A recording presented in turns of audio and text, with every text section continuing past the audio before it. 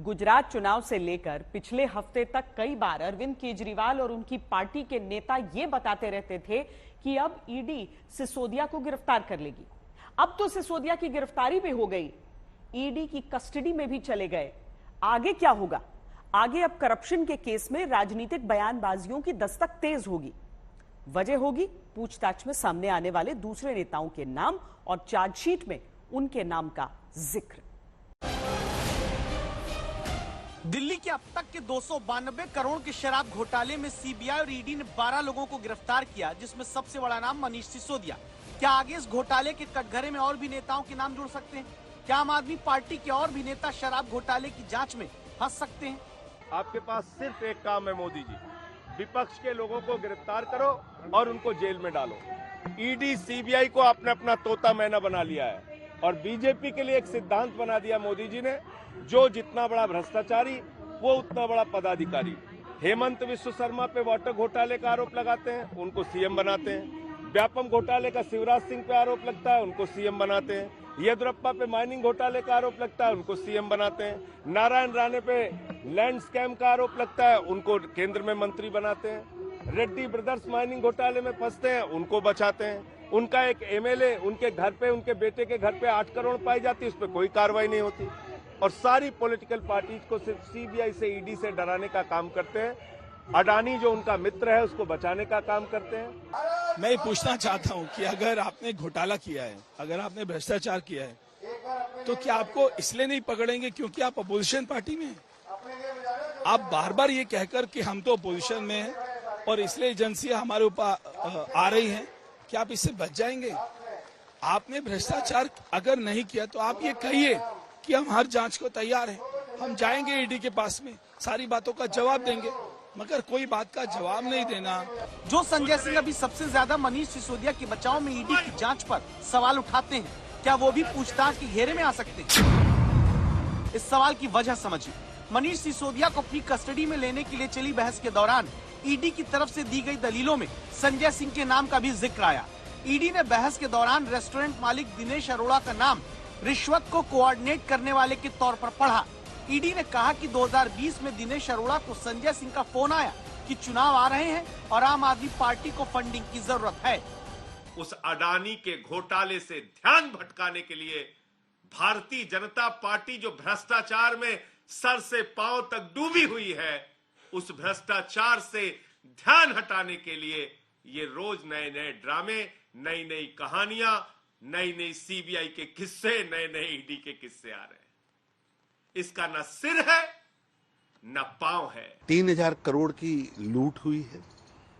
युवा पीढ़ी को नशे के अंदर डुबोने का प्रयास हुआ है।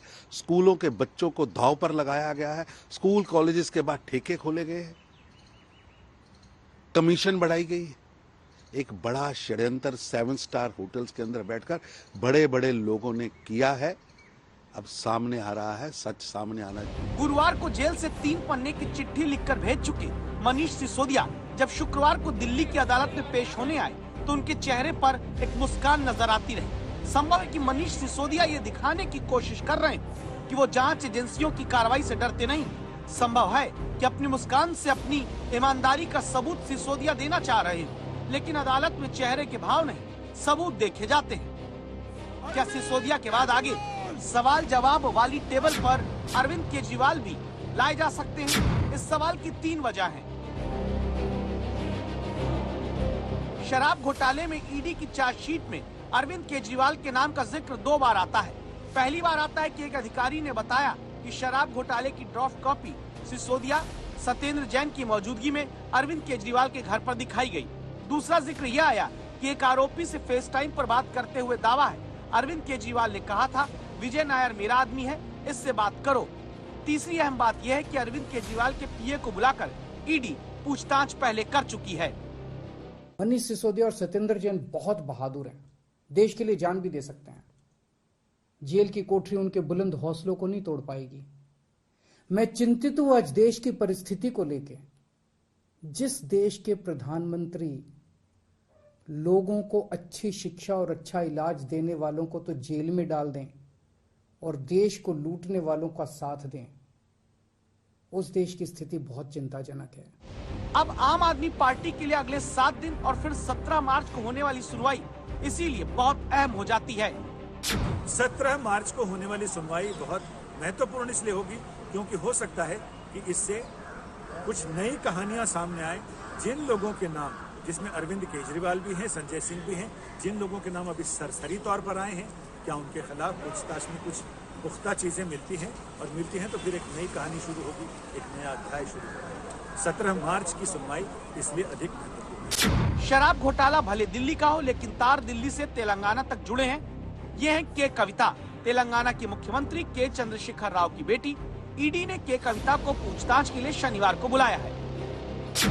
देश में अभी बीजेपी के खिलाफ गैर कांग्रेसी मोर्चा बनाने की जुगत में जुटे केसीआर की बेटी के कविता का नाम कैसे दिल्ली के शराब घोटाले में आया, इसे अब जान लीजिए। शुक्रवार को सुनवाई के दौरान ईडी के वकील जोहेब हुसैन ने कहा कि सिसोदिया का असिस्टेंट विजय नायर इस पूरी साजिश को कोऑर्डिनेट कर रहा था। इस घोटाले में सरकारी तंत्र, बिचौलिए और कई अन्य लोग शामिल हैं।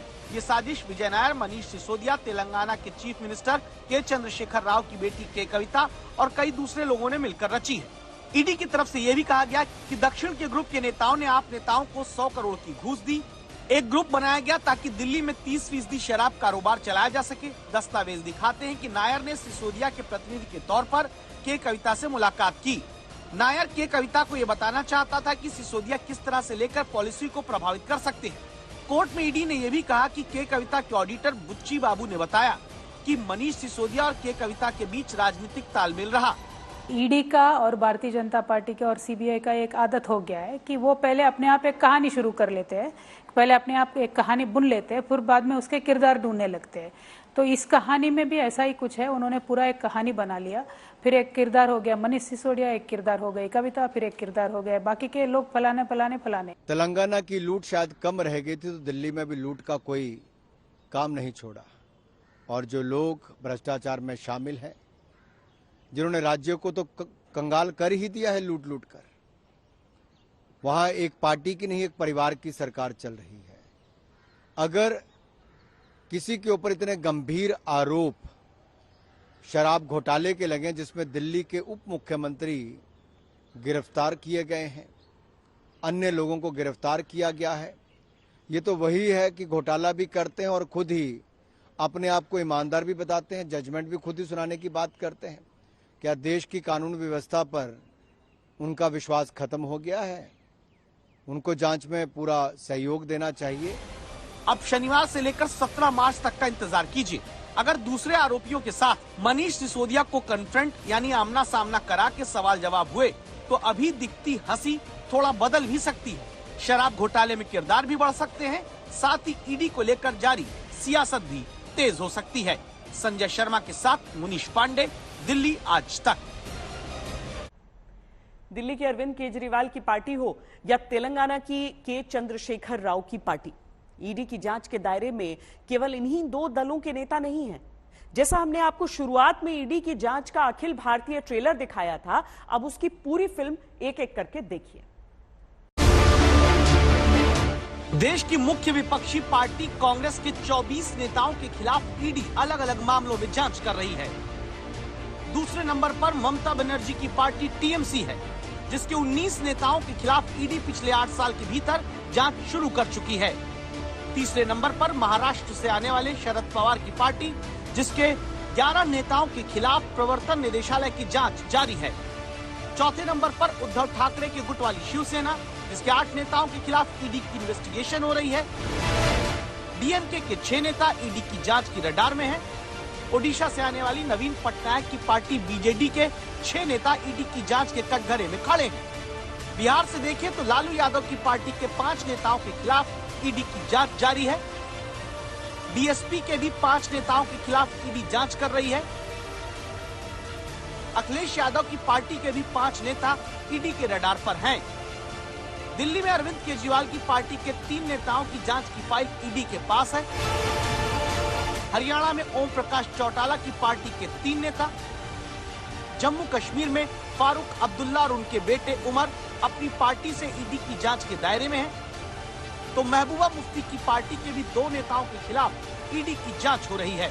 इस तरह देश का अखिल भारतीय नक्शा ईडी की जांच के दायरे में देखें तो पता चलता है कि 2014 के बाद 95% केस विपक्षी नेताओं के खिलाफ चल रहे हैं।